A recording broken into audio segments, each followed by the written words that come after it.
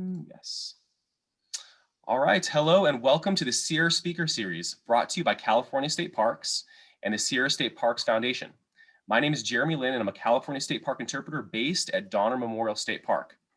The Sierra Speaker Series shares and connects the rich cultural and natural history of the area to the community. Please donate to the Sierra State Parks Foundation today to support the interpretation, restoration, and preservation of the park system in the Lake Tahoe Donner area. Your tax-deductible donation will be kept locally and applied to priority projects. Please visit sierrastateparks.org to see how you can get involved and access a full list of all the upcoming events. With me today are Elka, Reimer, and Jennifer Hemmen. Elka and Jennifer are part of a 4-member team of ultra-distance athletes who share a passion for history and aim to honor the lives and courage of the Forlorn Hope members of the historic Donner Party of 1846.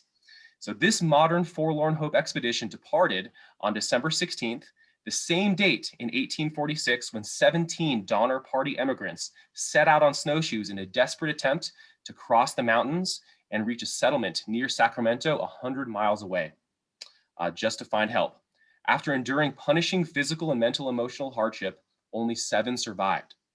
Jennifer and Elka are experienced ultra runners and have been kind enough to talk about the motivation and preparation behind their challenging 100-mile trek from Donner Lake to Johnson's Ranch outside of Sacramento. Thank you both for your time. It's great to be here, Jeremy. Yeah, thanks a lot. All right. All right, so we'll start off with Elka. Can you please introduce yourself and share with us your background in ultra running and also your motivation to join this expedition? Yeah, again, my name's Elka, and I live in Auburn, California, just down the road from Donner State Park. I've lived in this area of Placer County for over 40 years at this point. Makes me feel a little old saying that, but I certainly don't feel old. So I know the area really well. I've lived not only in Auburn, but also in Colfax and in Alta as well. And I may revisit that a little bit later in our conversation because our trek went through some of those areas. So it was pretty neat. I didn't grow up running, to be honest. I grew up more on the bike, on a bicycle, did a lot of centuries, things like that. But then once I had kids, that was a bit time consuming. Didn't really have time to get on the bike and go out and explore for hours. So I picked up running when my kids were pretty young, and I really wasn't until my mid-30s that I started doing that. And started running 5Ks and 10Ks.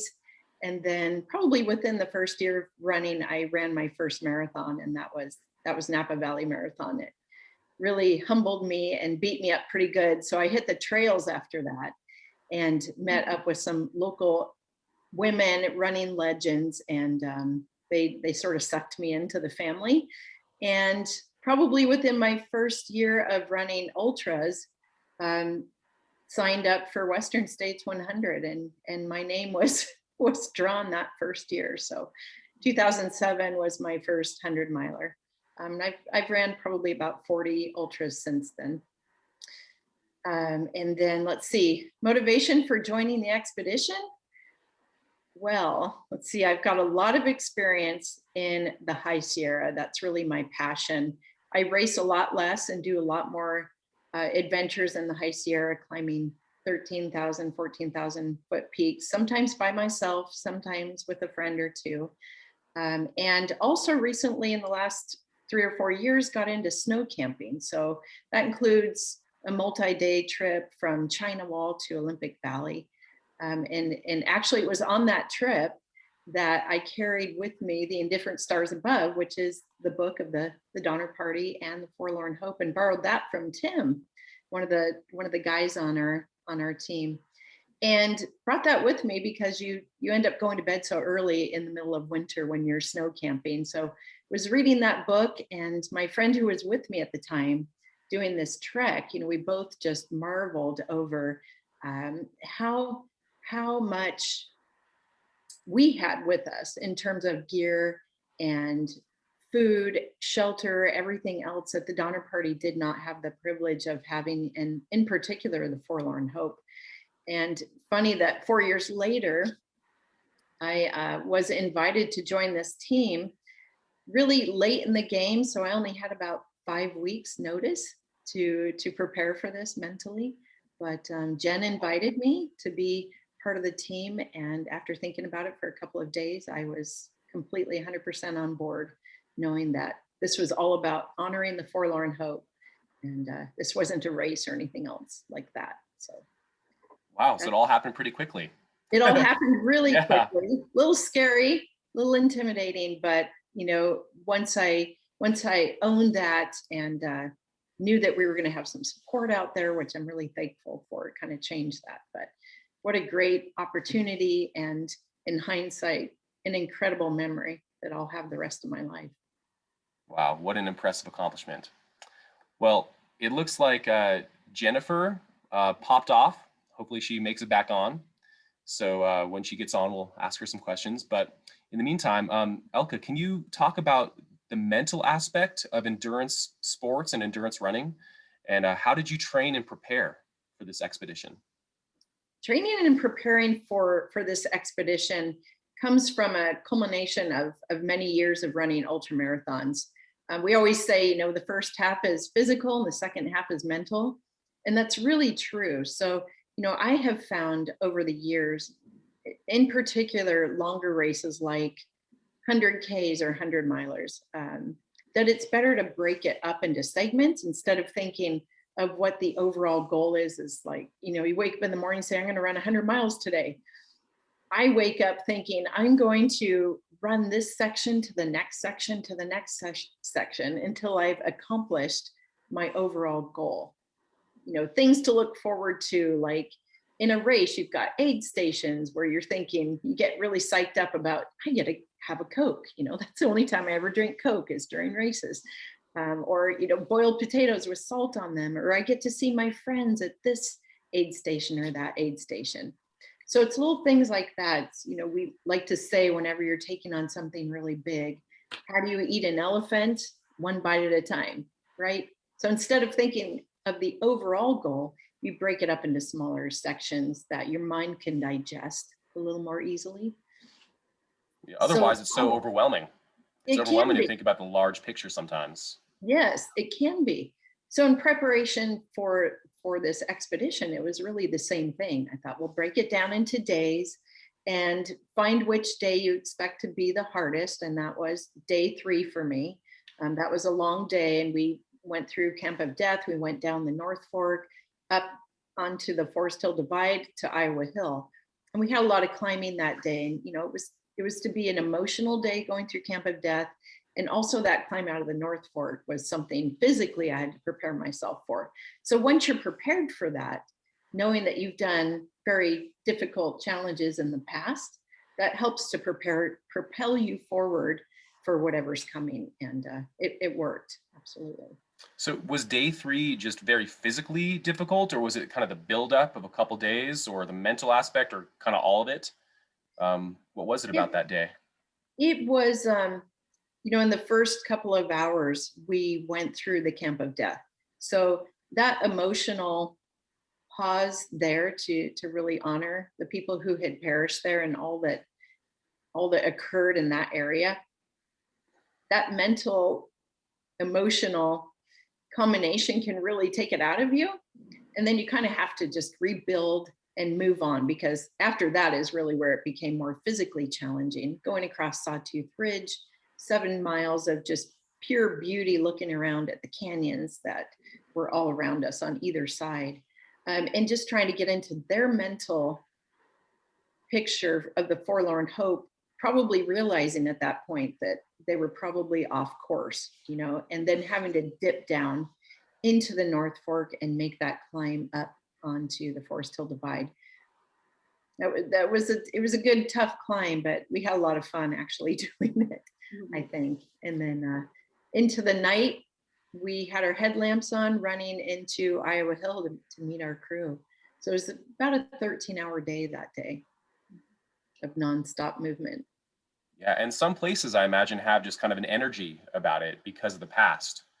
So that always just kind of is there just because of, even prior to the Donner Party. Who knows? There might just be this kind of energy that's, in an area because of what might have happened in a place. Yeah, there are several stories from that day. I don't want to hog up Jen's time, so maybe she wants to share some of Yeah, those stories, but yeah, definitely on that day. Mhm. great. Well, And we can sorry, kind my 10-year-old unplugged our Wi-Fi, so of. I left you guys for a moment. Everybody just froze, so I'm not sure what I missed on questions. Uh, Well, we're I, happy to have you back. we can start Um, again with me if you'd like to. So. yeah. So Jennifer, you also have a lot of experience in ultra running. For instance, you've completed over 50 endurance events. Can you please share with us how you became interested in ultra running and these activities? Yeah, sure. I grew up on the East Coast, so I am from the Boston area. I moved to the White Mountains when I was 12, and I have always been interested in running. And as a young girl, I used to watch my sister do road marathons. And as Elka pointed out, road marathons beat you up a lot. And at that time in my life, we would run track together. When I was 6 years old, I would follow her on the track. I would go to the Boston Marathon and watch her complete it. As a young woman, she was 17 at the time, that's quite young to be running your first Boston Marathon. So she always encouraged me. And when I was 12 and moved to the White Mountains, I told her that there was a cross country team where we ran in the woods. So I was very excited about this idea that you would run, but in the woods. And that was my whole happiness, was running outside my back door in the White Mountains. And I was lucky enough to go to a school where my dad was a teacher, and I was part of a big family of teachers who would take you rock climbing at Rumney, and they would take you out canoeing. And in the cross country team coach was also, a friend and someone that I saw on a daily basis, eating meals together. So I went to a really special school where we were encouraged to get out into the woods as much as possible. So I ran cross country. I switched to field hockey, but when I went to college, I decided to join the cross country and track team there as well, in addition to being a hockey player. So running was still my fun sport, and hockey was my serious sport. And when I left college, I just kept running everywhere I lived. I just put on my shoes and go see the trail. So I didn't know about ultra running at all. I thought I was kind of a weird person for always wanting to be on a trail without a bib, whereas everyone else seemed to want to go on a road and have a bib and get a PR. And that didn't interest me at all. So I just loved trails, and I didn't realize that there were people as strange as I was until after I'd had Sophia, who's now 17. I was running for the millionth time in a place called Cool, California, and a man stopped me and said, "Hey, what are you doing? Are you training for the Way to Cool 50K?" And I said, "No, I have no idea what that is." And he said, "Oh, you should come and join us. We've got this great race." And it put a little seed in my mind that there were people out there running by themselves the distances that I was running. As Elka said, once you have kids, you can't really get away for multi-day trips. So I was just trying to run as long as possible when I got free time. And I had always known of a race called Western States, and I had wanted to run it in my sister's honor. She had passed away when I was 15, and she was 27, and she never got to run trails. And I'd heard of a race where you could run 100 miles in the Sierras or on the trails. And I always thought that that would be something she would have really loved. So it took me a little while to realize that the trails I've been running on for 7 to 8 years were the Western States trails. And the day that I found that out, I went home on this thing called a computer, and I logged on, and I saw that there was, in fact, one more qualifier to get into Western States that year. And I said, "Oh, I have to do that." So I said to my husband, "Bring the baby to me at mile 25 and I'll breastfeed him, and then I'll finish this race." So it was the Helen Klein 50 right here on the American River. And I just set off on a 50-mile run without ever having done that. And I used someone's cell phone at about mile 20 and said, "Don't bring the baby to me at mile 25, because I'm not sitting down. I'm just going to run straight through." And so, that was my first ultra, was to just say, I'll just run straight through. I qualified for Western States and put my name in the hat. And unlike Elka, I did not get picked. and I did not get picked the next year or the next or the next. So I continued to qualify for Western States, I think for 7 years, and volunteered all 3 days of the race, sometimes more. And 7 years later, Trish and Chuck Godfredson, the aid station captains who I'd been working for all those years, they gave me a golden ticket to run Western States because I just wasn't getting picked in the lottery. So that was my first time, 2015. So I had done many ultras before then, but I'd wanted Western States to be my first 100. Yeah. But I had to run 100 to qualify for Western States. So in fact, my first 100 was not Western States. But it was my favorite race ever. I had a fantastic day, and I just love the Western States community is everything to me. And trail running is everything to me. So I just like to volunteer. I don't know when I'll get in again. I'm back up to another 7 years of trying to get in. You know, we all just take our turn. But in the meantime, I run many, many ultras, and I do a lot of personal racing without a bib on, just like I used to do. So I do a lot of run around Lake Tahoe in one go with friends, or go out and do something on my own like Elka does. And that's really where I find my joy, and it makes it more efficient to do it all at once than to split it up into multi-days. So that's my love. I also love adventure racing, and I was on Eco Challenge Fiji, which is a TV show on Amazon, where the world's toughest race. We were with Team Curl. It was my very first adventure race in my typical fashion. My first adventure race was the world's toughest 12-day. So trial by fire as a rookie, doing adventure racing. And so that is a new sport that I've been really getting drawn into. And I have a lot of new ideas about the way you can travel through the world. Just now you don't just have to run, you can actually link together your paddling, your climbing, your snowshoeing, your mountain biking, and just link it into one big adventure. So that's really what I love to do. Absolutely. Combine all the different activities into certain events. Yeah, if you meet water, you just go through it, you swim it, or you paddle it. If you don't want to run anymore, you get on your bike. So it's a really fabulous sport that I've been lucky to meet some great teams who are the best in the world, who are happy to pass on all their tips and tricks and knowledge. So.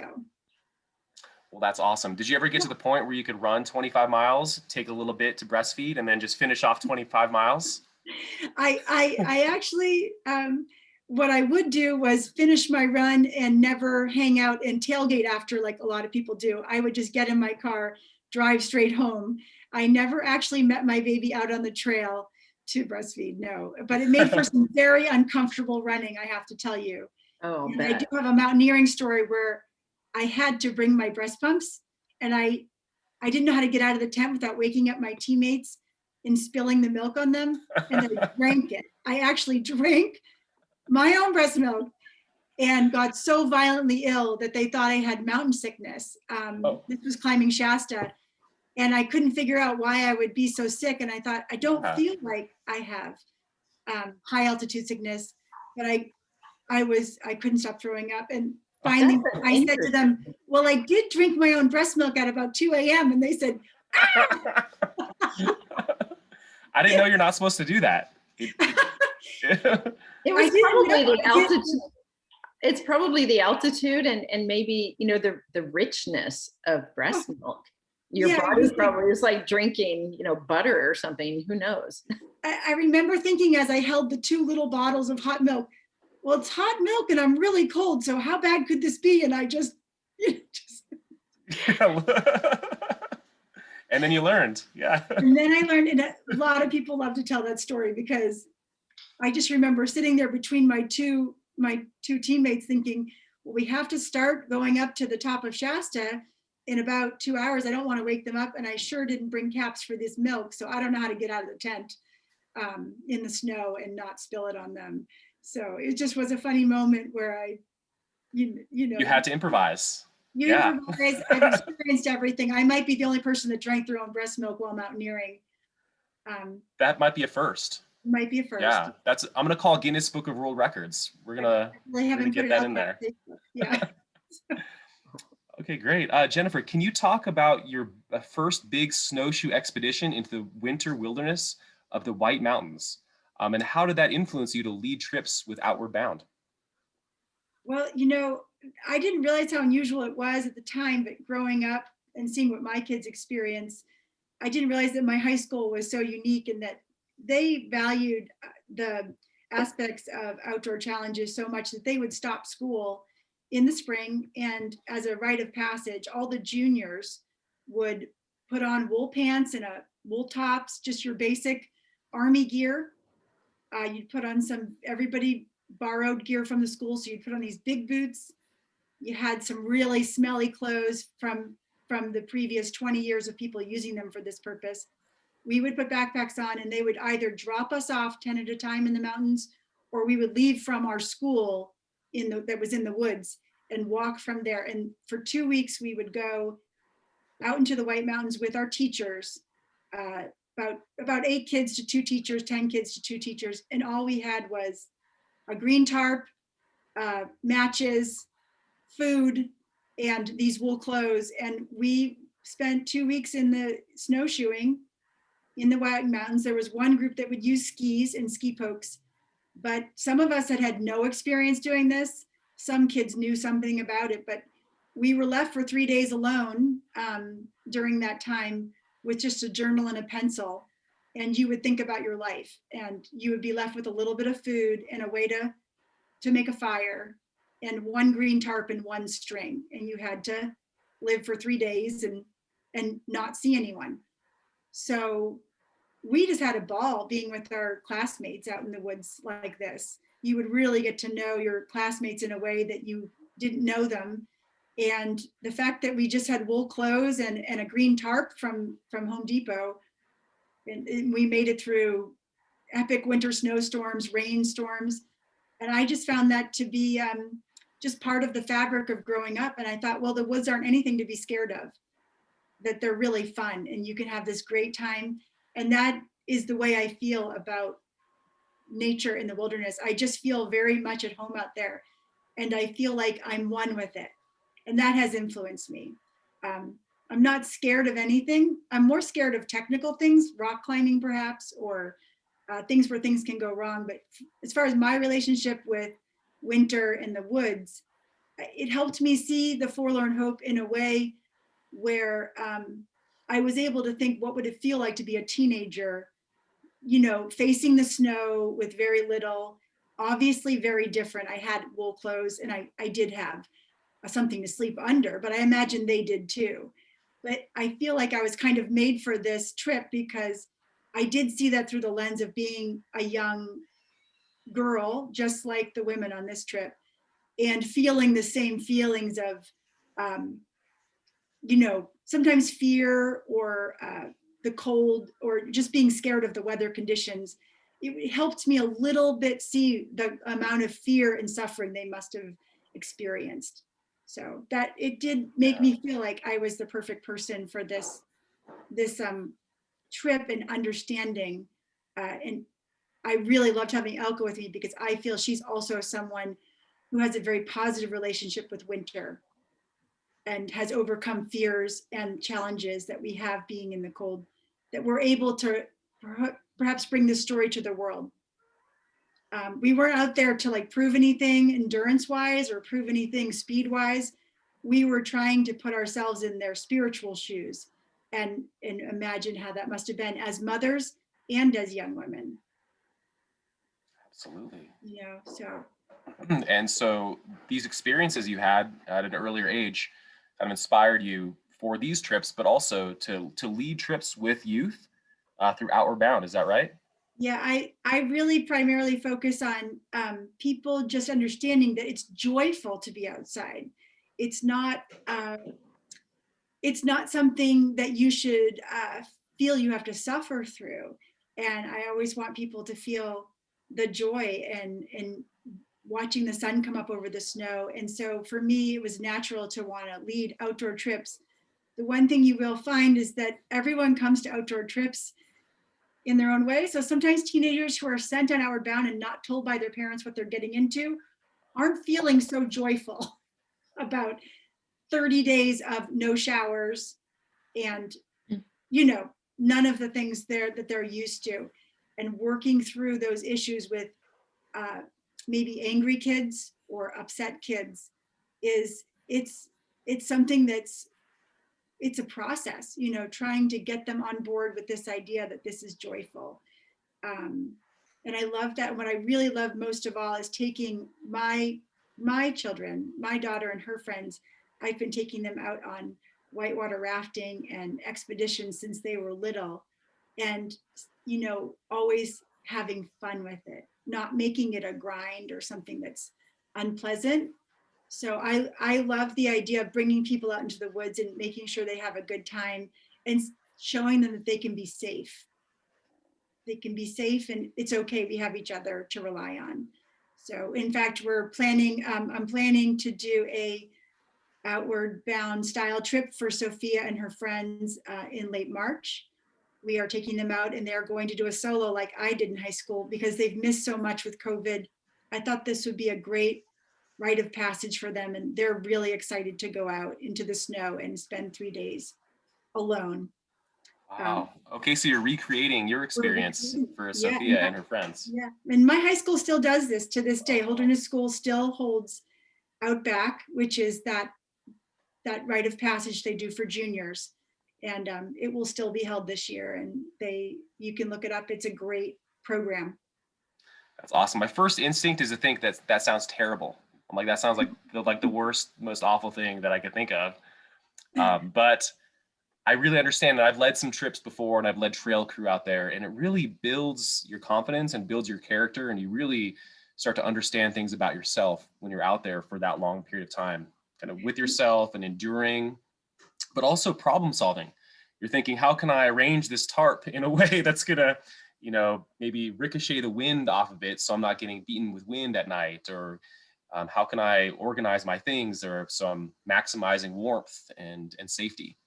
You nailed it. It's confidence building. I remember my first night of solo, I set up my tarp and I got pine branches and I made a little bed of pine branches, and I felt very smart. And I woke up outside the tarp with snow falling on me. And I thought, what went wrong? But I had built it on a slope and I'd slid right out from underneath the tarp.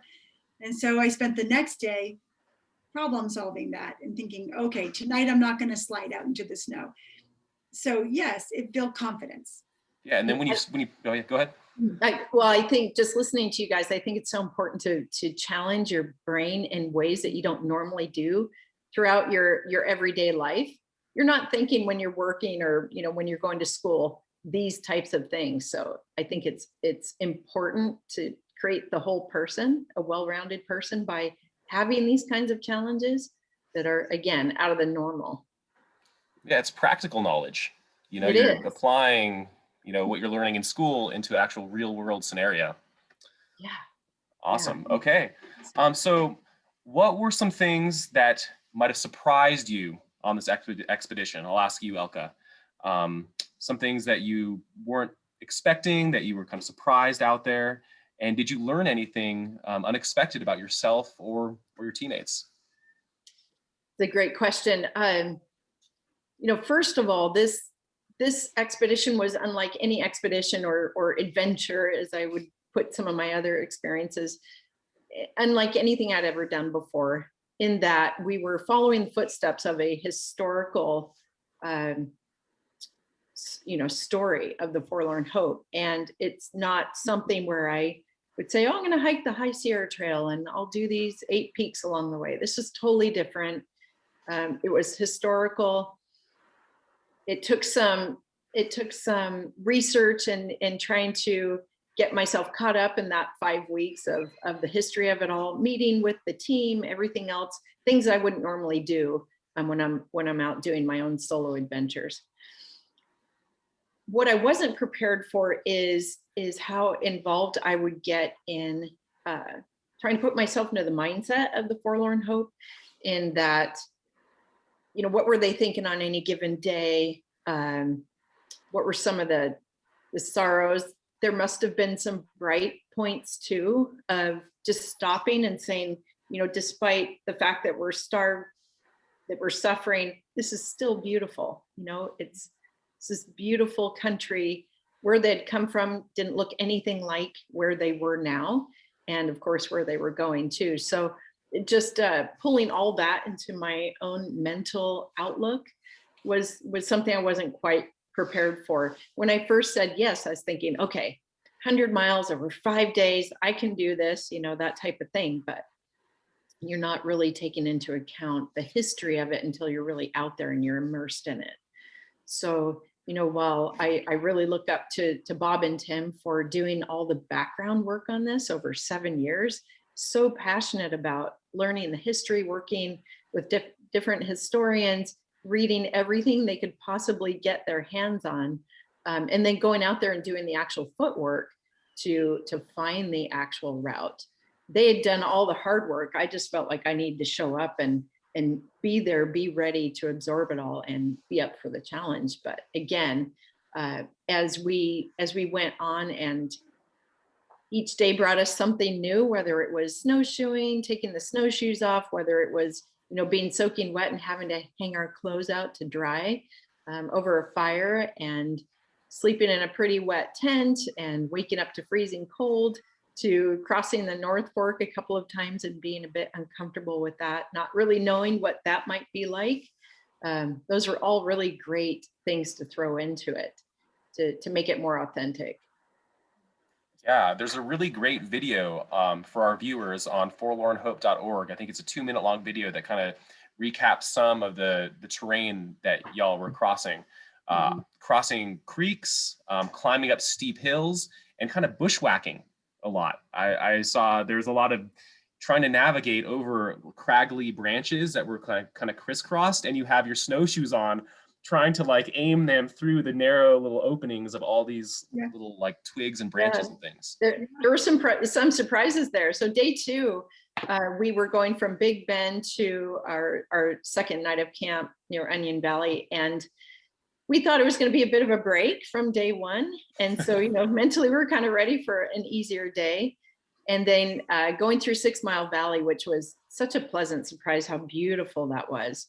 Coming out from there, we encountered what ended up being quite a bit of whitethorn. And the whitethorn, I don't know if you know what whitethorn is, Jeremy, but it's I've been a trail steward on the Western States Trail since 2005, doing trail work, and I'm also a sawyer. I do a lot of saw work too. And one of our nemesis is, if that's a word, out on the Western States Trail in the high country is whitethorn, and it's a brush. It's a really hardy brush, and it thrives in post-fire areas.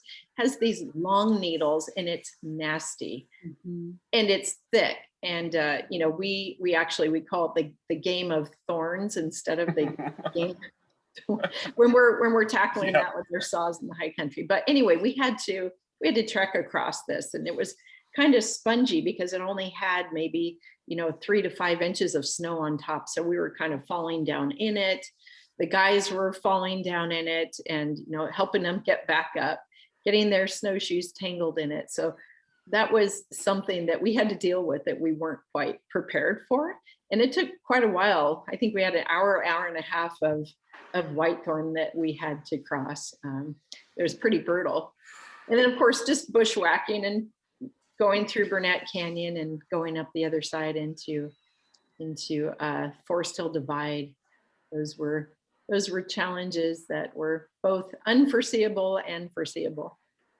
Yeah, and we had a saying that no easy day on the Forlorn Hope, because you know the first day was the elevation gain, and the second day was the whitethorn and the rain and the freezing cold, making camp early because we were sopping wet, had to take off all of our clothes. And the next morning, you know, we had added a couple extra miles to an already very long day. And we started out needing spikes because the road up to Texas Hill is so steep. And then, as Elka said, the emotion of going through Camp of Death. And so every day seemed like, okay, these are the physical challenges. We knew those were coming. But then day 3, we didn't quite know where we were going to cross the river. And then you come up into Colfax and there's cars and there's highways, and you think, well, now surely, you know, there won't be any problems. But every morning was brutally cold. In fact, the fourth morning going to Johnson's Ranch was the coldest fifth. morning we'd Fifth morning. experienced. Yeah. Was that The fifth morning, our final morning. Yeah. the last morning was It was cold. the coldest morning. And we thought, it's impossible that it is so much colder here than it was when we started. But we didn't have places to sleep one night, and we had to cast about for a home while waiting on the side of the road to find out where we could sleep. We became almost hypothermic, and where cars are passing us, there's a road right there. But just like the Forlorn Hope, there was no easy days, and there's always a new set of challenges to solve. But we were able to laugh and have a good time with it, and think, we really have to put ourselves in the mindset of people who had to keep solving challenges as well. Right. No easy day on the Forlorn Hope, not for us and not for the pioneers. No, and to that end too, on that day we had running clothes on, so we didn't have the heavier layers that we had in the high country. We weren't quite prepared to be that cold, but at least we knew at night we would be in our warm clothes and our sleeping bags, even though we slept outside every single night. But we knew that we would have shelter, and we would have food, and we would have warm, dry clothes. Yeah, and to answer your question, Jeremy, about what was the biggest challenge, Elka touched on a lot of it, but I would say that one thing that surprised me and was a challenge was that I had a lot of emotionality about not just being in the footsteps and being in the same places, because the spirits were very strong for me. The feeling that we were doing something they needed us to do and wanted us to do. But I really found myself missing my family. And in particular, coming out of the North Fork and traveling into the night and getting to camp late, I remember crying in the tent at night. I was sad. I missed my family. And mostly because I was trying to picture how hard it must have been for them laying there 33 nights in a row, not knowing if what they were doing was going to succeed, whether they would live or not. Would they also die and need to be eaten by their teammates? Would they make it? Was their family still alive? These things would really weigh on you. You wouldn't know if you were going to survive the next day, the next week, and if it even mattered. And in fact, 6 of them gave up 6 miles from the ranch, and only one person, William Eddy, had the constitution to keep going. But the other 6 had essentially given up and said, this is as far as I can go.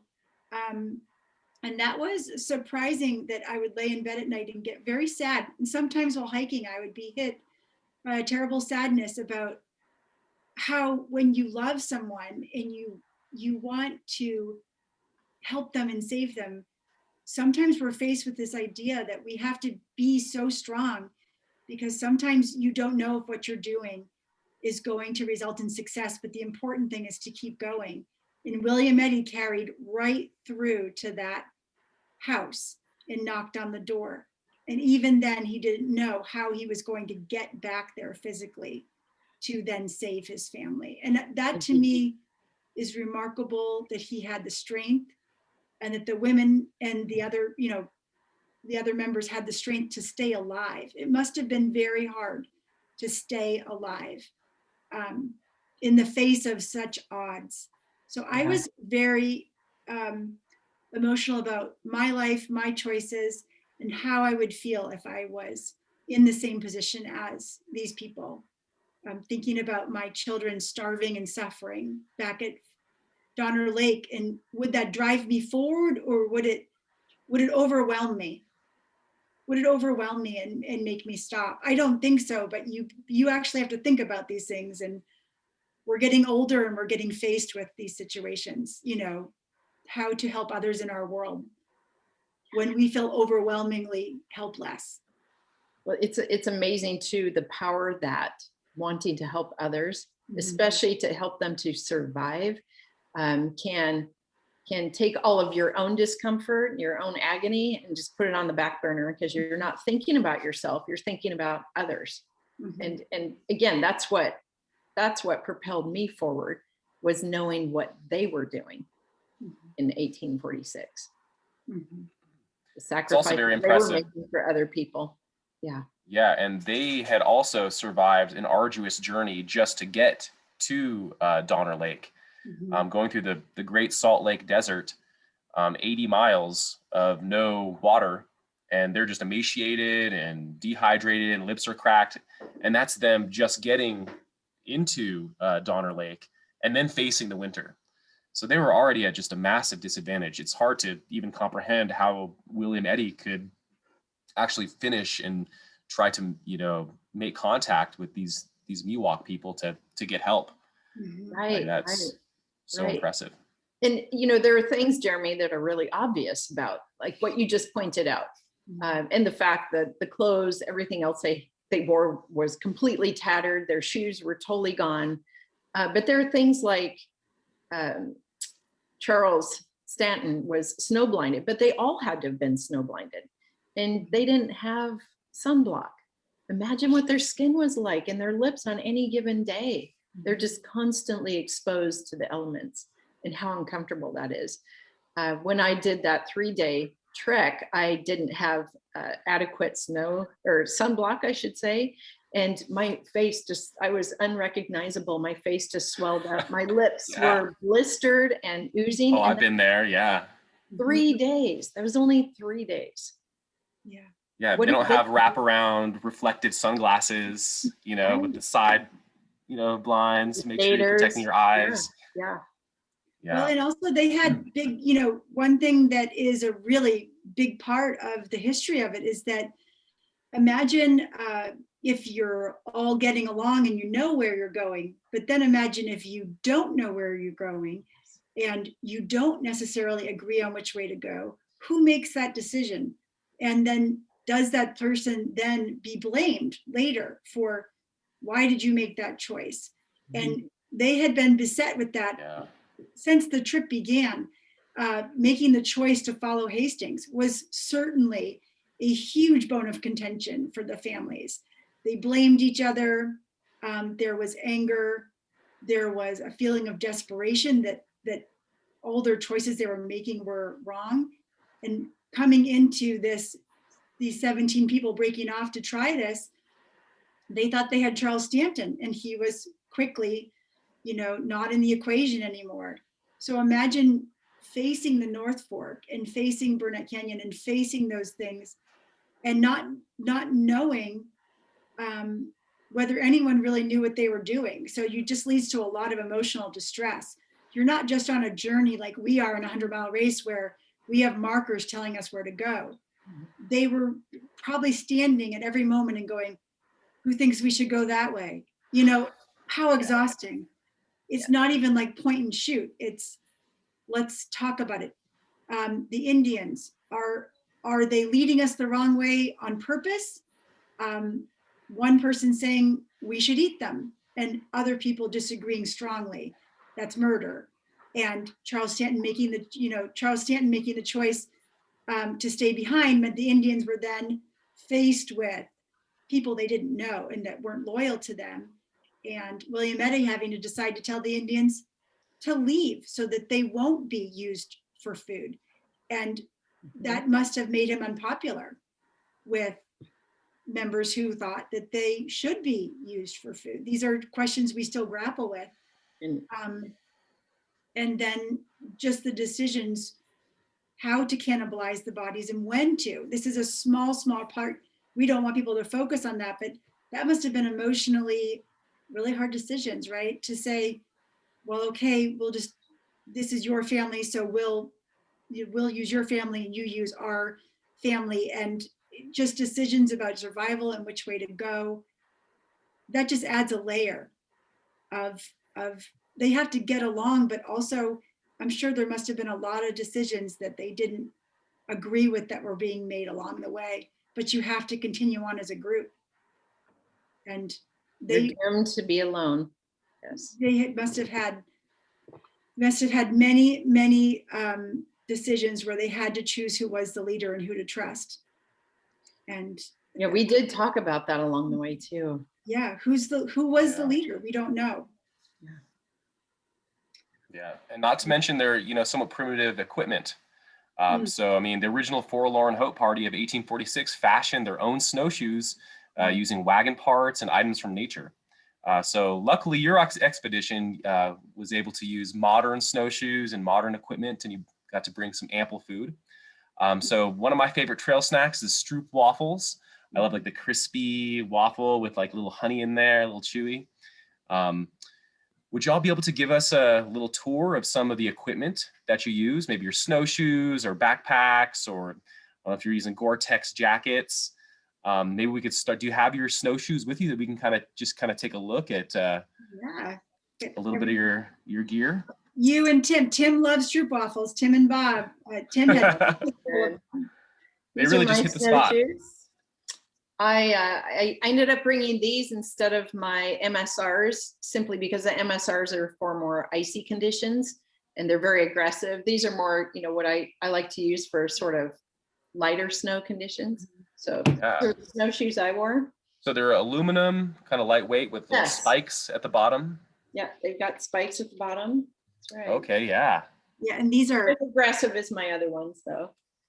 These are mine. These are Dion's. They're handmade in Vermont from a guy who makes, so they have really big teeth and they're very lightweight. These were adequate for what we were doing. So, and I really I love how light they are. And I love that they have Velcro. So yeah, and we can show you some more stuff. So do you have boots? I mean, I can start from the bottom. Here's my snowshoes. Yes, please. Yeah. And here are my boots. I've got these nice, I don't know, Keen boots. Yep. Nice white toe box. These are what I wore every day through the North Fork until I changed into running shoes at Iowa Hill. So these fit right into the snowshoe. And I think probably the most important thing are long wool socks. I wore these every single day, all the way up to my knees until we started running probably. I layered my socks because I started out this trip with a nasty, it wasn't even a blister. It was from when our team met about 10 days earlier, and we did a little bit of snowshoeing and just, kind of went out there in the Royal Gorge area. I developed a blister and it was pretty good size and just tore the skin off the back of my heel. So I started. You already started off that way. I did. So I was completely bandaged up and layers of socks. And if there was a time I could take my snowshoes off and just wear my boots only, it helped to prevent some of that heel slippage. But that was not fun. But again, kind of felt authentic, right? I had my own discomfort. They must have had a lot of we had, so we had gaiters to keep all the snow. Oh, good. Okay. And I basically just wore running tights. A lot of the time, even in the freezing cold, I just wore Lycra tights, and my snowshoes kick a lot of snow onto my butt. So if that got uncomfortable, I just put waterproof rain pants on, lightweight waterproof rain pants on top of the situation. Which I did too. And one of the hidden benefits to gaiters, these Gore-Tex gaiters, we all, I think, had similar gaiters, is when we were going through the white thorn, it protected us. We didn't feel the white thorn at all, didn't tear up our clothes because we all had gaiters on. And I wore them all the way until we got to Iowa Hill. Simply because going through, all the bushwhacking that we did, going through Burnett Canyon and up the other side of the North Fork, the gaiters were really helpful to protect us from the brambles and that type of thing. We had different, like most of the time you just wore these very simple gloves. What would happen was they would get very wet. So what I would do, I depending on the temperature, I would just take these off, put them in my bra to dry out like that, and just have bare hands until they were warmer and then put them back on. So I remember teaching Tim that trick, like his hands would be very cold because once these get wet, your hands are freezing. So just take them out, put them under your armpits, and your body heat will dry them out. But if it got too uncomfortable, I would just put something like this on. But for most of the time, if you're out there, you're just gonna need a simple glove. And your bodies are working, so you're probably burning a lot of energy and kind of developing a lot of heat. So you were saying you were kind of wearing kind of minimal when you're actually being active, right? Like a zip shirt. This is a smart wool. Yeah. Basically, yeah, like our, I wore my exoskin top. Exoskin is synthetic and it has copper in it. So it keeps you warm without much weight, with minimal layer. And it also doesn't overheat you when you have to shed layers, which is exactly what you end up doing as you warm up throughout the day. Yeah. Outside of that, I always have base layers of wool too, merino wool. This is, But this is so great. these are our base layers, just a smart wool. You just start with that. And then you'd have your exo skin if it was really cold. And then usually I wore this every day, which is just a really lightweight jacket. That's as much as you can really handle without getting too hot. You know, like you said, the wool, the exoskin, and then a smart wool. You might be broiling at that point. But if it's raining, you have to wear a shell. Yes, which I wore on, what was that, day 2, because it snowed nonstop that day. Which is great. When you get to camp, you put on your big old big puffy. Yes. But when you're out there, you always have to carry at least a lightweight puffy, because you could someone could get injured or need to like fix their blister or fix their strap on their snowshoe, and you just get cold fast. So you have to put this on right away, put on your hat, and you know, just be ready that, you know, you might think you're going to be moving and be a certain temperature, but the smallest thing, stopping for 5 minutes to talk to someone, it can send you right down the path of hypothermia. It can, especially when you're wet, right? So having dry clothes is everything. And of course, sunglasses.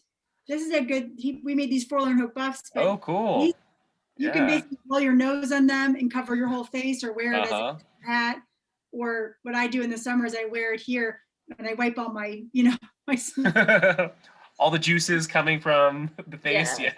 Or wash yourself, everything. You know, so these are a big deal to have. You gotta have definitely, but you try to keep it minimal. Just, you know, always have the same base layers, right? Every day using the same exact thing and just adding the layer as it gets colder and more serious. But that's one thing about wool is not to do a sales job, but it doesn't retain odors. So you're not stinky over days, unlike, you know, synthetics do. So that's one of the bonuses of wool. Yeah, I'd say, and like I said, when we were 15, we wore just your traditional, like LL being like a big wool shirt with really stinky propylene, like really disgusting smell of that. It seems to smell instantly. That's what I've noticed. Like you wear it for an hour and all of a sudden you're like, sorry, everybody, you're like trying to keep your like shoulders closed. So your armpits locks in, like you can't get it out. And your whole body smells. And then you, especially when you're borrowing it from the previous 10 years of Outward Bound kids, like you're putting on a little crunchy propylene and then putting a wool, and it soaks in all the, we also had this, soaks in all the campfire odors. Here's my artist. Hi. Hey. Hey, Sophia. Hey, Sophia. Hi. This is Jeremy from, is it not like a formal thing? Well, it's formal, but you're on a Zoom. Now you're on the. You're on the interview. You made it. She's a great snowshoer as well. She's done the snowshoe races with me, and she'll be doing that Outward Bound trip with her friends in March. So she'll have some more experience under her belt in the Sierras. But, well, awesome. Thank you for showing us the gear, the little gear rundown. That's really useful for people like wanting to kind of get into the sport or making sure that they're safe out there, getting out there and making sure that they have the right equipment and they know kind of how to keep their bodies in good condition. Mm-hmm. So it's really cool to see what y'all brought on this. So in addition to visiting forlornhope.org, are there any other ways that we can follow you on your journeys? Do you have any upcoming adventures that are planned that we can follow you on? Do you have any social media that we could follow you on? Or we do on Facebook. We have a Forlorn Hope group, and that has grown tremendously, and we keep it up and running. We see that people are keeping that alive with additional history of the Donner Party and Forlorn Hope. And it's also good for educational purposes as well. So that is on there under Forlorn Hope, under the group page on Facebook.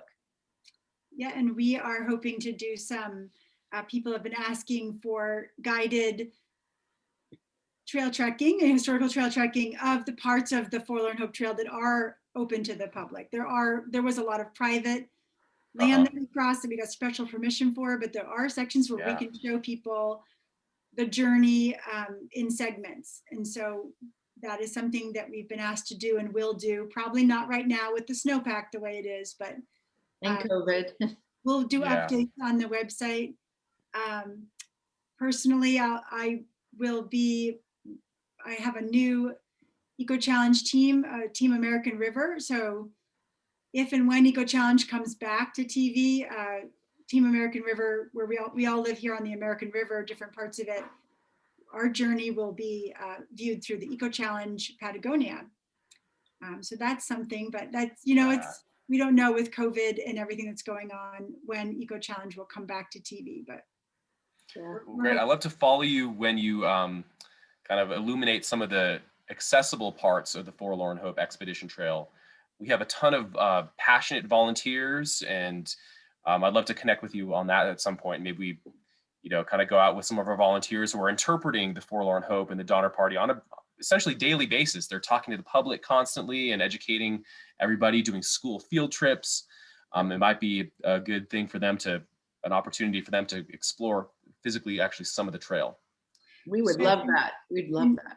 And we do want to say that, the folks who helped us, the Donner Summit Historical Society, great place to visit. At the Johnson Ranch, we want to, and going forward, we are hoping to support their efforts to get the Johnson Ranch historically recognized and protected so that people can come to visit that and see that part of the journey, which is really powerful. And also putting together a curriculum for 4th grade. I have a 4th grader, so I'm working with their school. The kids have been reading the Donner, Patty Reed's Doll. So we're hoping to do a curriculum that coincides with that in the 4th grade for California kids, and showing them some real life parts of this trip so that they can learn about that in school. So I'm kind of doing a pilot project with my son's class at Gold River. So that'll be fun. I know Bob is also working on perhaps a book or a children's book that would help with education efforts. So And we're open. We're open to meeting with classrooms and via Zoom and groups to talk about Forlorn Hope and our expedition as well. Yeah. Awesome. And we're just so grateful that you all brought attention to the Forlorn Hope. I think this really kind of revitalized people's awareness of this Forlorn Hope expedition, but as well as, the Donner Party. People kind of gained this kind of renewed interest after seeing your expedition. And the forlornhope.org is such a well-organized site. I just want to plug that one more time. There's a great timeline with photos and all the people in the original expedition, as well as highlighting this reprise. It's just a wealth of information. So we'll stay connected. I'm actually going to be collaborating with REI coming up for some kind of recreational type interpretive program. So maybe I'll see if y'all want to do a little guest appearance, a little cameo. Oh, that would be fun. Love we that. would love that. We're open to anything. We are. So grateful to bring attention to the story. Like you said, we knew Donner Party very well, and we didn't know this story for a long time. So this has been really fantastic. Excellent. Okay, great. Well, this concludes our episode of the Sierra Speaker Series with Jennifer Hemmen and Elka Reimer. Jennifer and Elka are part of a 4-member team of ultra-distance athletes who share a passion for history and aim to honor the lives and courage of the Forlorn Hope members of the historic Donner Party of 1846. So please visit forlornhope.org for more information and photographs of Jennifer and Elka's recent expedition that began on December 16th and concluded on December 20th, 2020. This interview has been brought to you by California State Parks and the Sierra State Parks Foundation. Please donate to the Sierra State Parks Foundation today to support the interpretation, restoration, and preservation of the park system in the Lake Tahoe Donner area. Your tax-deductible donation will be kept locally and applied only to priority projects. Please visit sierrastateparks.org to see how you can get involved and access a full list of upcoming events. Feel free to contact me, California State Park Interpreter Jeremy Lin. I'm at Donner Memorial State Park if you have any questions or just want to connect about the nature, the culture, and the history. All right, Elka, Jennifer, thank you all so much. And I'm sure we'll be in touch and we'll do other programs together. We'll collaborate. Thanks so much, Jeremy. Yeah, thank you, Jeremy. It's been really fun. Yes. All right, Good y'all. seeing you, Jen. Bye. Bye. Bye.